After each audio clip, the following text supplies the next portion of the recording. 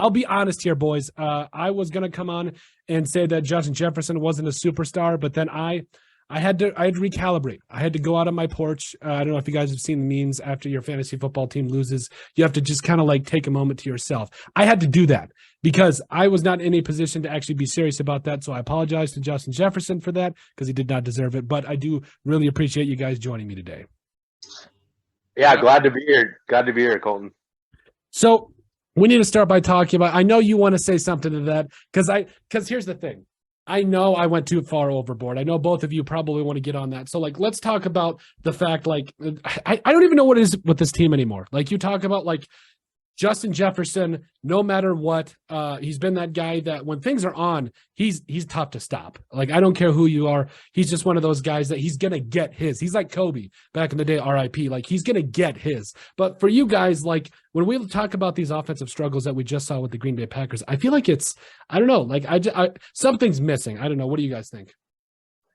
I mean, I can start. I think it's a wide receiver, too. I just look at, it's just so tough because Jefferson, you know, he's going to, like you said, he's going to get his, right? But you have to be able to spread the ball around a little bit. And adding TJ Hawkinson, such a great trade. I mean, that's going to go down as a great trade in Kwesi's first year, but I still think you need a wide receiver to help with that. Adam Thielen's not that guy anymore. Adam Thielen and Stephon Diggs, one of the best wide receiver combos when they were in their prime. That's why I am on the obviously, hopefully we get far in the playoffs, but I am going to beat my drum to say we need to draft a wide receiver first round. I think it's so important to take a wide receiver or or whatever it is, trade for one, whatever it is. You need that guy to go along with Justin Jefferson. So I think Kirk kind of forces the ball to Jefferson as far as he should. I don't think he should do it as much as he should. And then the offense line. Obviously, we had 3 guys out on Sunday. That's been a big part of it as well. Yeah, and I'm going to jump on that. I'm going to tell you it's the offensive line all day.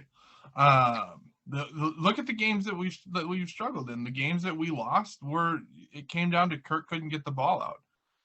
These routes that Kevin O'Connell wants these guys to run are slow developing routes, and they rely on a good offensive line. You look at the Dallas game, pressure. Philadelphia, pressure. And then this last week against the Packers, just an awful pass rush team. Just terrible. They have guys, but they just haven't put it together this year. And Kirk can't get the ball out. And it comes down to the fact that Brian O'Neill's gone in the first quarter. You're on your second string center. He goes down in the first quarter. It all comes together. And then you look at how many false starts we had because the center didn't know the cadences. And I'm telling you guys, I have never, to my memory, cussed out a singular player as much as I did. That, what is his name? Chris Reed. Chris Reed. Yeah. What a stooge! But again, like even doing on a roster, and everybody's telling me he's the third string. No. First things first. He's the second string.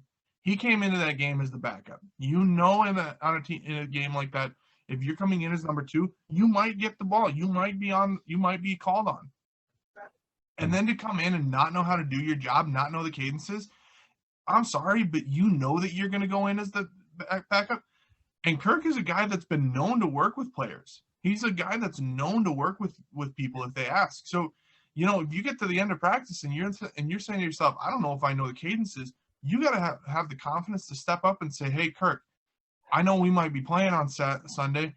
I just want to know if you got 5 minutes to go over cadences with me. This dude didn't know when to snap the ball. 2 delayed games on Kirk Cousins.